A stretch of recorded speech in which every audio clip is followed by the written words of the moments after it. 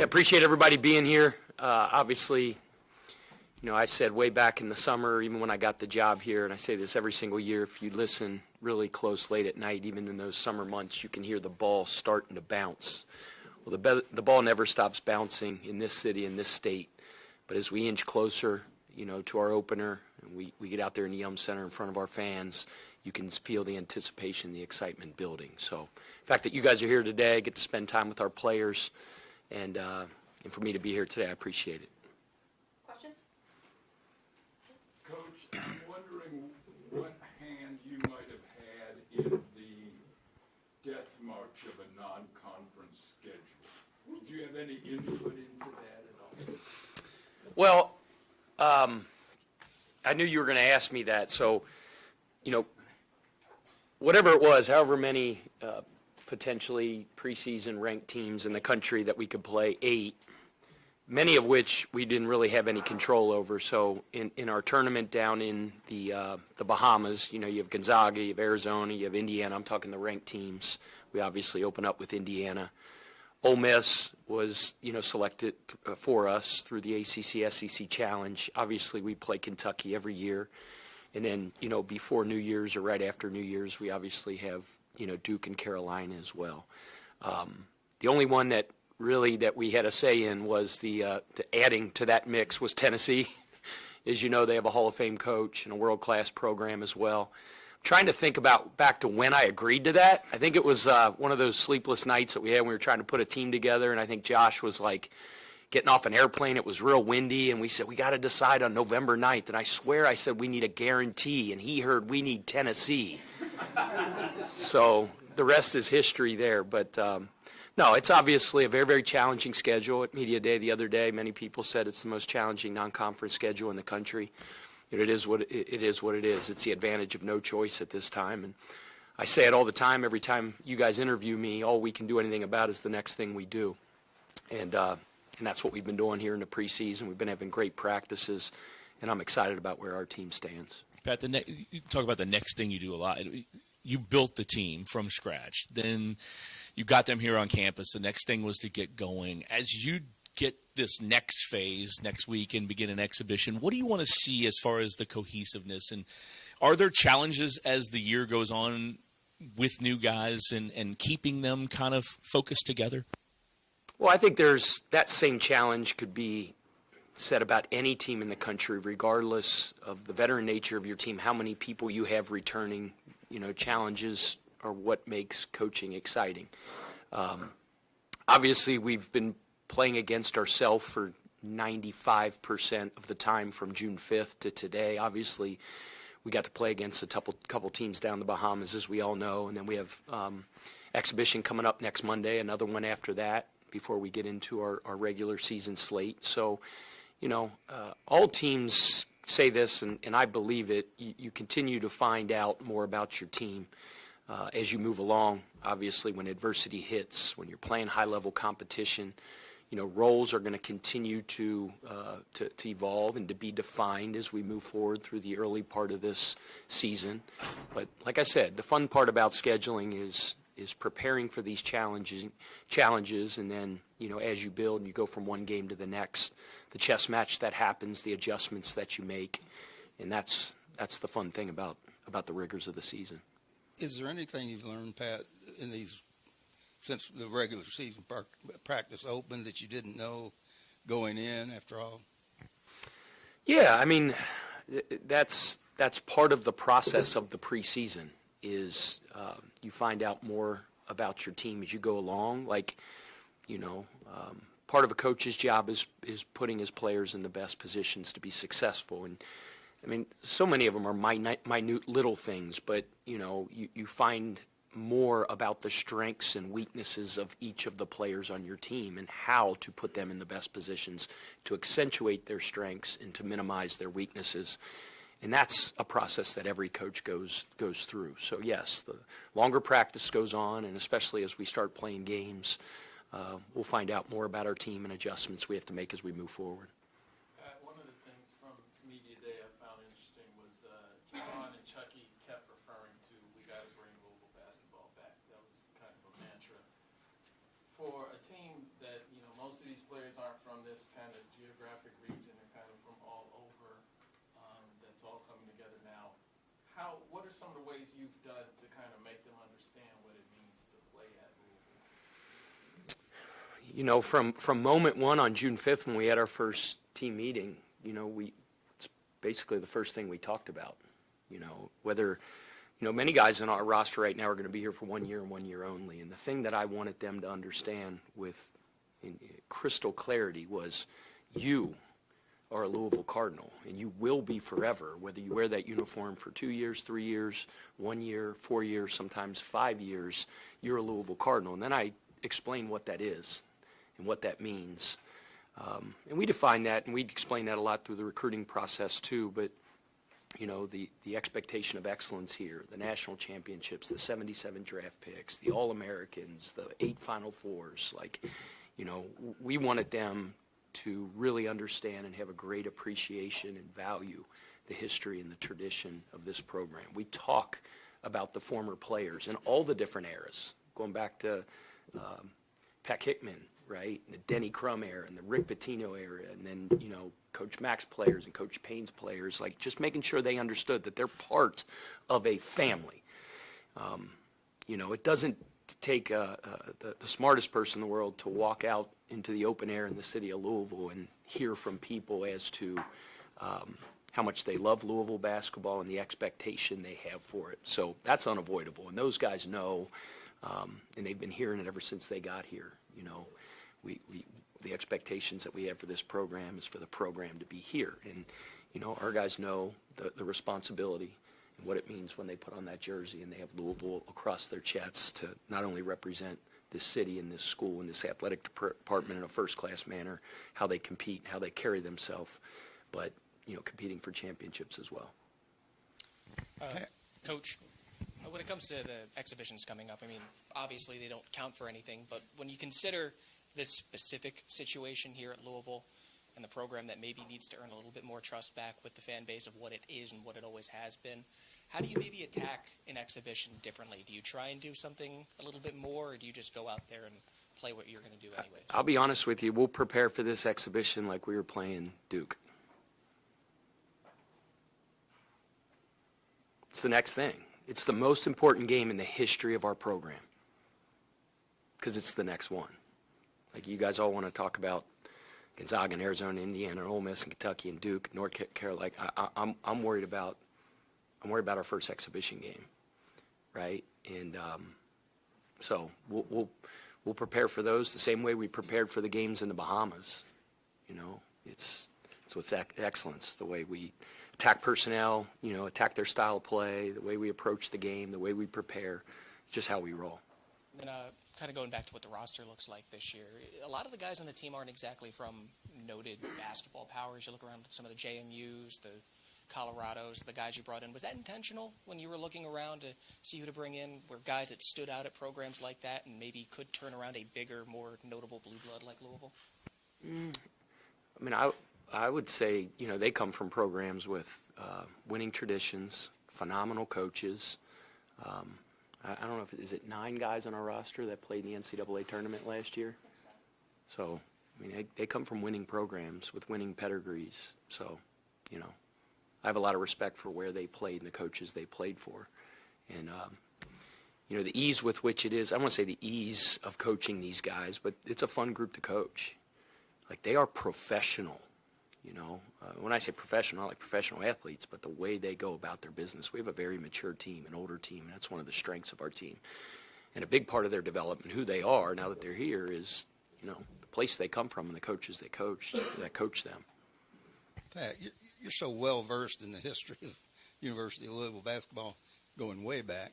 How much research did you have to do? I mean, I know you knew a lot, but you couldn't have known everything that you've been talking about. No, I mean, I've tried to be a student of this program, right? I'm not from Louisville. I'm from the outside, but I'm a Louisville Cardinal, and I'll be one, you know, for the rest of my life. And I thought it was important as the head coach, the head of this organization, to be very well versed in the history and the tradition. You know, I talked a lot about Coach Crum's era and Coach Pitino's era when I was at the press conference, and a couple of those older players came up to me and reminded me of the success that Peck Hitman and those guys had. So I want to make sure I pay homage and pay tribute to those as well. I say it all the time, and it's probably, you guys are sick of hearing it. I say it to recruits all the time. It really is one of the most storied and tradition-rich programs in the history of college basketball. And, the coaches that have coached here, and then gosh, obviously the players, and I have so much respect for them. Been able to meet a lot of them and excited to meet more as we move forward. And those guys in that locker room work really hard every day, obviously to represent this school, but to really make those former players proud as well. That means a lot to us and to our players and to me. Hey, Pat. When you took that year off of coaching, thinking back after you left Xavier, and then you spent that season not coaching before you got to Winthrop. When you look back at that now that you're here at Louisville, what did you, I guess, take away from that time in your life? Do you feel like that's now gotten you, to spend a decade or more as a head coach, and now you're at a Power 5 program? Just kind of like thinking back to that time in your life, what did you learn, and how did that kind of help you get to this point in your career? I'm just a big believer that everything you do in life and every opportunity and every experience is an opportunity to learn. I'll have a conversation with you, and you're 9 times smarter than I am, and you'll give me some nuggets, and I might take 1 or 2 things back to my team. So I've never claimed to be the smartest guy in the room, but, I try to be a sponge. And it was an experience where I was able to get to other programs, talk to other coaches, get to practices, find different ways to do it, and it refreshed me in a lot of ways. Made me a better coach.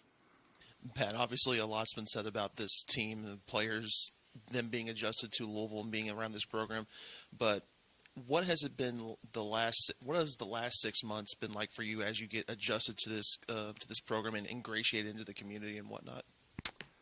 It's been a whirlwind.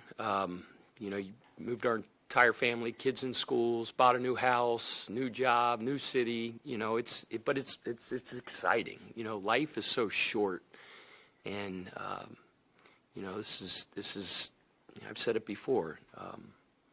It's the greatest honor of my professional career to be the head coach at Louisville, and to look back and to think 7 months ago, if I would have said I'd be sitting in this chair as the head coach at Louisville, I'd say, you're absolutely out of your mind. You're crazy. The city's been awesome. Everybody says it's a big, small town, and it's true. It is so community-based. People care about each other. They look out for each other. They take so much pride in this place. I've learned very quickly, as you guys know, that when you're talking to somebody and you ask them what school they went to, you're supposed to ask them what high school they went to. That's a little bit the same way up in Cincinnati, where I'm from. But city's been great. They've welcomed us with open arms, and we're very proud and happy to call Louisville home. Pat, the transfer portal obviously having a huge game or impact on the game, and in college football as well.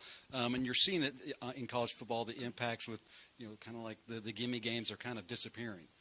As you look at college basketball, what do you see as far as a similar impact in your sport, as far as taking those don't take a night off type games, as well as when you get to the end of the year, how do you decide, okay, am I going to go high school or transfer portal when I'm trying to fill an empty spot from a guy who just left? So there was a lot there. Let me. So first thing is, there's absolutely positively no such thing as a gimme game, ever. Ever. You can ask my coaches, like when we get ready for Young Harris, like we'll probably have more scouting and preparation meetings for that game than for Duke. Like, when we're playing Morehead State in our first game, when it tips off, like there is no such thing as a gimme game. Like I will never ever utter those words. Winning, I say this all the time. Winning Division I games is hard. Like they all have scholarships. That coach on the other team probably wants to win. He's probably had some success along the way to get that head coaching job. And they're going to prepare and they're going to scheme, and that would be their stinking Super Bowl championship to come in and beat a Power 5 team in their building. So there is no such thing as that. I was so thrown off guard by the beginning of it, I don't even remember the rest of your question. So there's Well, first, I wasn't meaning like gimme games. I meant kind of like the upsets, like when you see Vanderbilt beating Alabama. How Yeah. you see something like that in college basketball as well. But really, the meat was curious, like when it comes to recruiting, how do you decide, looking at such games, okay, we need to fill this vacancy with a high school kid, or maybe we need to hit the portal to fill this vacancy? No, I just think it's important to have a balanced roster. This has been said a lot. I've said it a lot. You know, college basketball, you know, you have to get old and you have to stay old. The foundation, the core of your recruiting always has to be at the grassroots, at the college, at the high school level. You know, to bring in players with the vision to grow them in your program and have them develop and be around for several years. Obviously, things have changed with the transfer portal, and that's not as much of a sure thing anymore that somebody comes in and stays all those years, but that will always be the foundation. Supplementing your roster to add experience through the transfer portal is a very wise practice, and we will continue to do that. We recruit the international ranks very, very hard. We recruit FIBA. We're around the globe. We look everywhere we can for the type of Louisville basketball players that can help us get to a Final Four and win a national championship. So, you know, it's balanced in our approach to high school, international, and transfer portal. Pat, you talk about point guards as being, you know, just like an extension of the head coach. With someone like Chucky, what has that process been like for him getting here after spending, you know, 3 years at Wisconsin? You know, for him to go from, you know, to basically, you know, become an extension of you, you know, on the court. Yeah.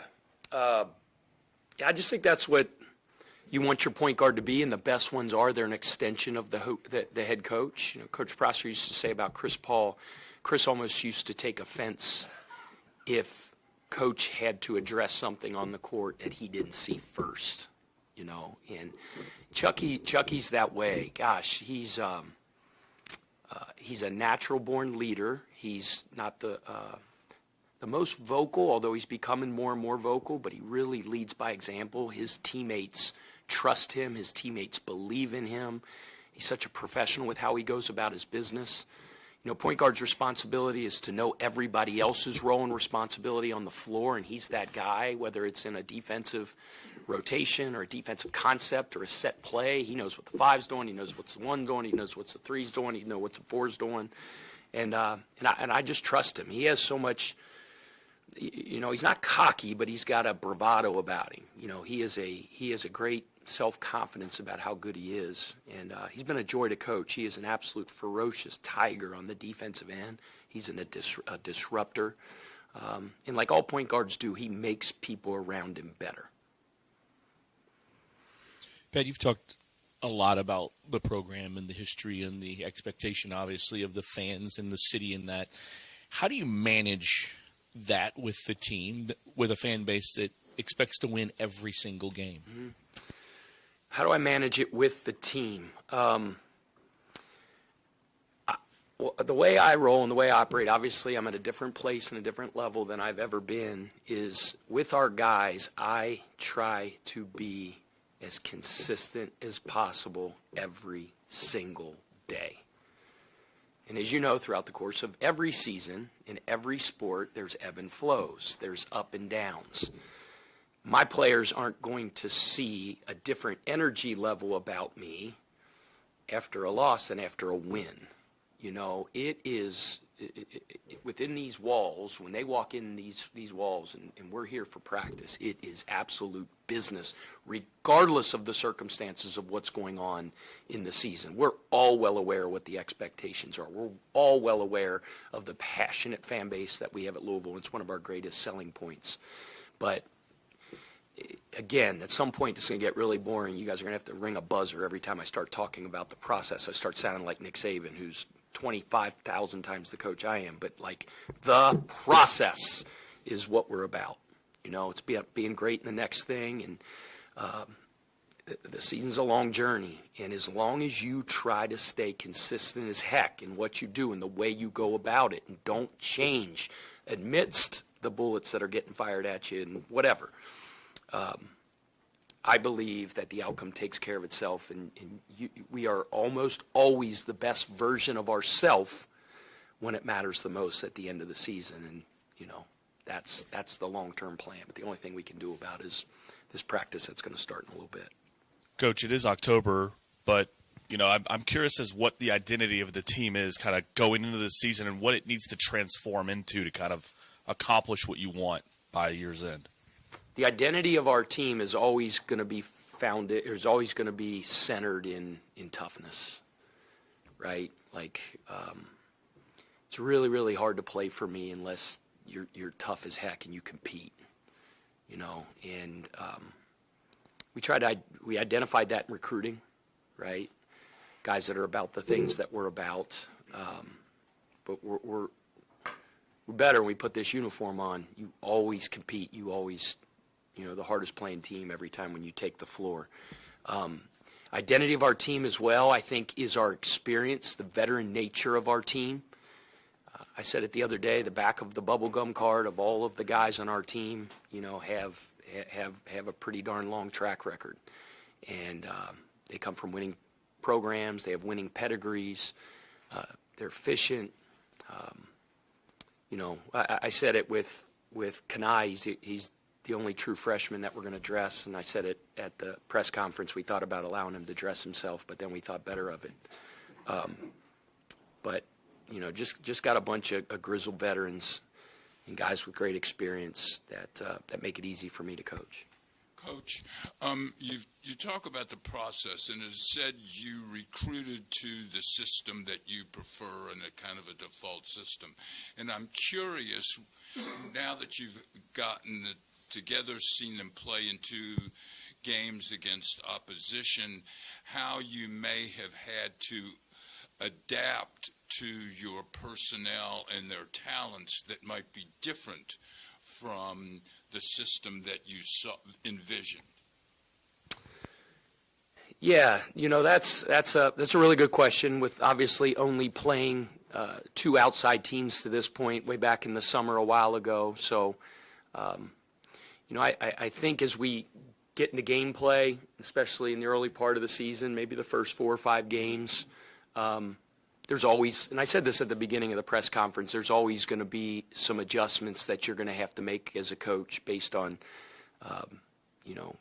getting out there into the fire and playing against really good teams and high-level teams before you realize some of the major adjustments you have to make as you move forward in the season. But, we haven't changed much from who I thought we were to who we are right now.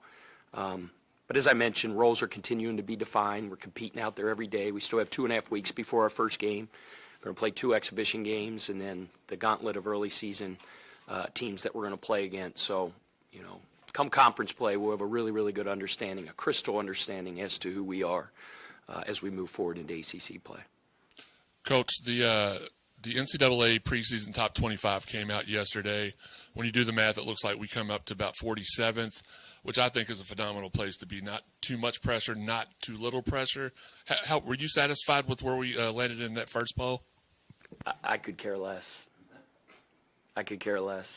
47, 647, 27, 6. Let's go to practice and get better today. It's nobody cares what your ranking is at the beginning of the year. Most important ranking is what it is at the end of the year. So, it is what it is.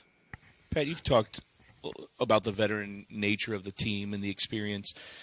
You might start 5 one night, and you said in the Bahamas it could be another 5 the next night. How do you kind of, the guys all want to start, obviously, but it's not about that, is it? And how do you anticipate maybe kind of going through that, and do you want to stick with one lineup?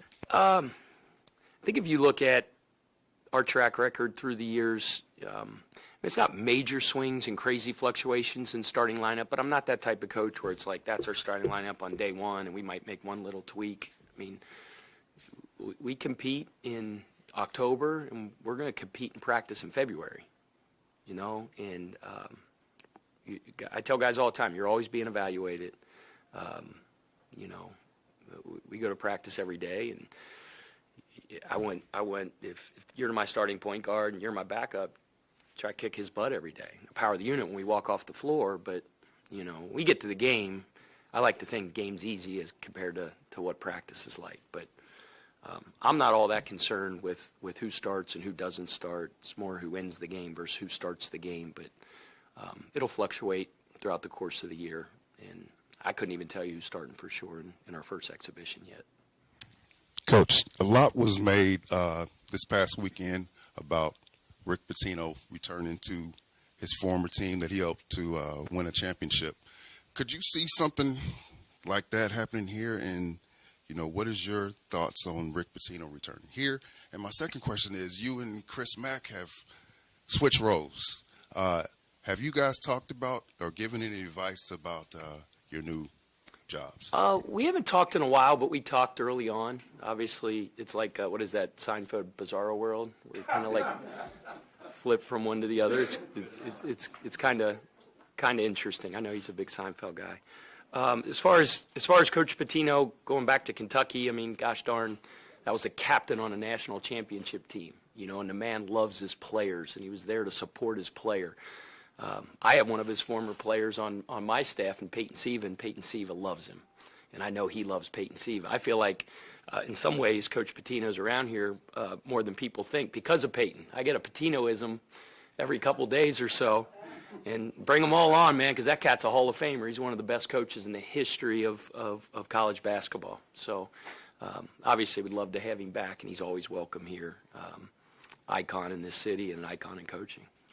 Coach, one of the players that stood out in the Bahamas was Kaysen Pryor. What have you seen from him, and what do you think that he adds to your squad? Yeah, Kaysen is an extremely versatile player, 6'10", can play so many positions on the floor. He's a modern basketball player at 6'10", and that, he can affect the game in a lot of different ways. He can stretch the floor in shooting. Terrific defender, has great length and instincts. Very good rebounder. For a guy 6'10", can put it on the floor and play make. I love everything about Kaysen. And I don't, you in recruiting, you do your best to get to know people, but then once they get here, you really, really get to know who they are. Like, Kaysen is an unbelievable teammate, man. Like, I just love his heart. I love his approach to his teammates. Coach Kloman hit me a little bit ago on text, and he goes, man, Kaysen's blowing my phone up right now because, his defensive grading yesterday in a couple categories was too low, and he wants to know why. He wants to see, and I love that. Very conscientious kid that cares about winning and cares about his teammates, and he's been a very good leader for us as well. Is there an area, this may be an all-the-above question, where you say if we can do X well, knowing all the other strengths your team has, it'll be good, or a place where you find yourself getting on them more than others, rebounding, defense, be what it is, anything like that you can think of at this point? I mean, I get on them for every single thing every day, 24/7. So we always have areas that we can improve in. A lot of times it changes from practice to practice. Like we have a film session, and if we were deficient in a certain area in practice, then we're going to focus on that. If it was 2 days ago, when fatigue set in, our transition defense got a little bit lazy. Well, anymore you got to be careful, politically correct. It's not gonna chew them out in the film session. We're gonna have a little aggressive counseling when we're watching film. So it changes. We've seen your staff. It seems like you guys are so close. And a lot of guys you brought with you.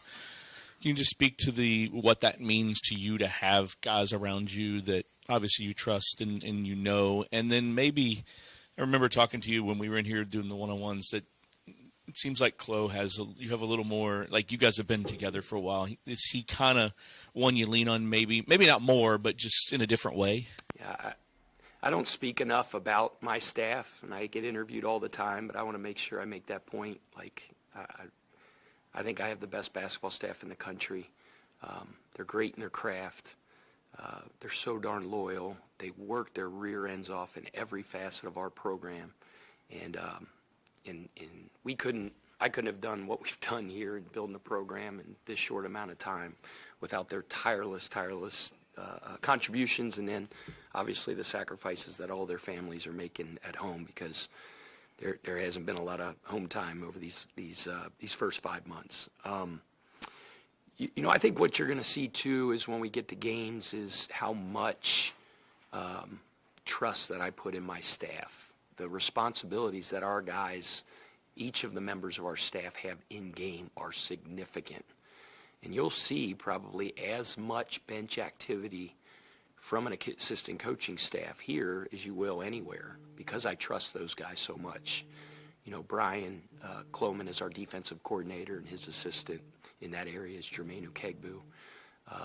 You know, Mike Cassidy, who's our offensive coordinator, and then, you know, Coach Hamilton and Thomas Carr kind of help with that, and, you know, with special situations as well. But, you know, there's just so much trust. They know they know our level of expectation. They know our system so darn well. And whether it's X and O stuff or whether it's player relations, they're as good as anybody, and I'm really blessed to have them. You've been here now for about 6 months, all out in the community, meeting people. You have a great energy about you. And I'm just thinking for like the next few weeks, what's your plan to really ramp it up, almost like in a political campaign sense, to get all the fans, everybody you've touched already, and all those students that fill up the end zone? Let's get them in here. What can we do to help you get people pumped up about these first couple of games? So it has been a lot of stuff, right? A lot of events, a lot of speaking engagements, time on campus, time out in the community, and I've loved it. I've just gotten such a sense and a feel for Louisville, the people, what this place is about, so I've loved every second of it. From that standpoint, in terms of me being out there, the hay's a little bit in the barn. Like, I'm locked in on our dudes right now. That doesn't mean I'm not going to be on campus, riding around the golf court, throwing T-shirts out. But yeah, the hay's in the barn a little bit in that regard. I guess hopefully everybody that's, you know, watching your broadcast, whatever news station or radio station that you come from, is just a last shout out that we need you. I keep hearing Peyton talk about the atmosphere at the Yum and what it was like when there's 22,000 people there, and to hear him tell recruits, and the hair stands up on my arm, my heart beats fast when I hear it. And this team's done everything they can since June 5th to build ourselves to the point we're ready to take that floor and make this city, this fan base, this student body, these former players and our alumni proud. But let's do it together, right? This isn't just my team. This isn't our players' team. This is the students' team. This is your team. This is Louisville's team. In this journey that we're starting together, we're going to have ups, we're going to have ups, and we're going to have some downs. We're going to have doing this thing together, sticking together, and making this one of the great eras in the history of our city. And I'm excited to get started. I'm blessed to be the head coach here, and let's go. Let's get it started. That's a great place to end it. All right. Thanks, guys. Sorry.